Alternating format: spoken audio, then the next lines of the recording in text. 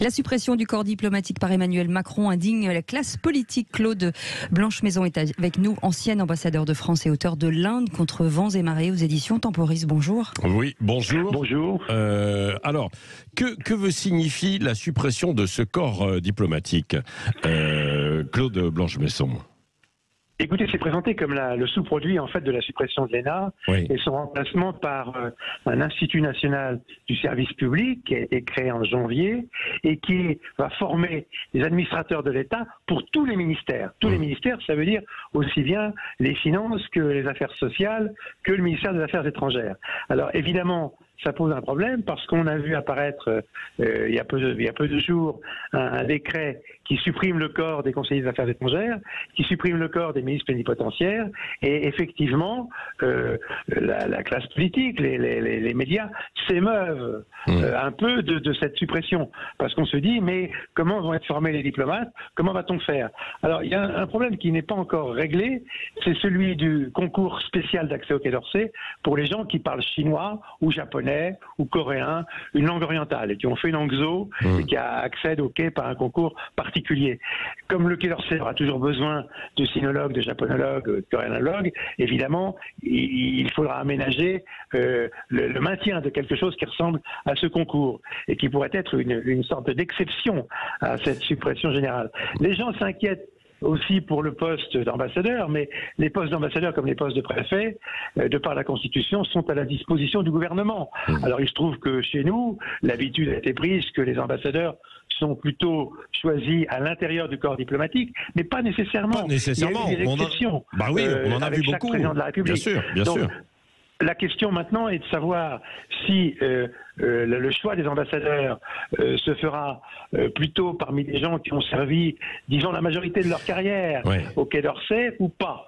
Parce qu'on peut aussi imaginer que le prochain ministre des Affaires étrangères va avoir à cœur de recruter les meilleurs parmi ceux qui sortiront de l'Institut national du service public et de les fidéliser, même s'ils ne font pas toute la carrière au Quai d'Orsay, ils vont y revenir à plusieurs reprises. Claude Blanche-Maison, finalement la question qui est derrière ça, c'est est-ce que ça va fragiliser, diminuer le niveau de notre réseau diplomatique, ou est-ce que finalement ça va le maintenir ou le conforter?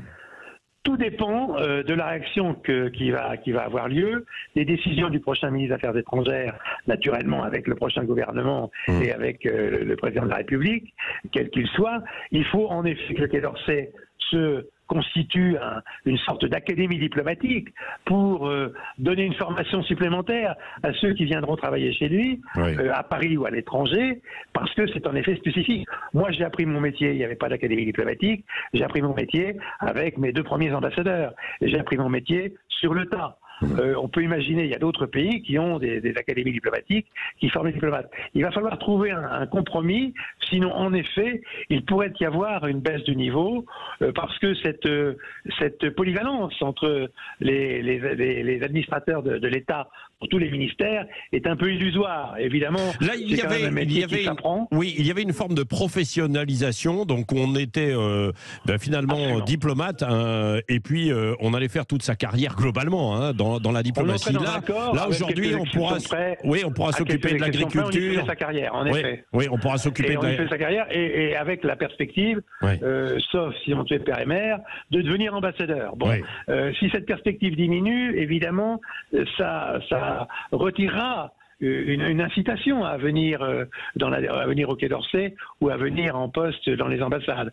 Donc c'est quelque chose qui n'a pas été réglé et qui doit l'être par le prochain gouvernement. Voilà, mais parce qu'il y a les adversaires, dernière question, Claude Blanche-Maison, les adversaires de cette réforme qui arrive disent ça va profiter à la République des copains, c'est-à-dire qu'on pourra nommer plus facilement les uns les autres. Mais bon, qu'est-ce que vous répondez à ça?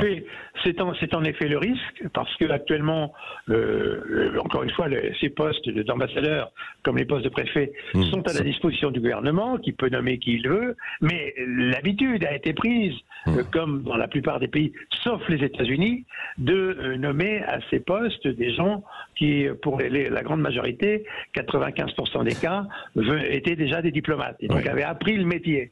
D'ailleurs, si on nomme des gens qui n'ont pas appris le métier, ça veut dire qu'il faut offrir à ces nominations politiques une doublure, un numéro 2 d'eux qui soient du métier. Sinon, évidemment, l'ambassade ne fonctionne pas. Ouais. Bon, c'est ce qui se passe globalement, quoi, quand il y a déjà des nominations de quelques-uns. Aux États-Unis, bien sûr. Oui.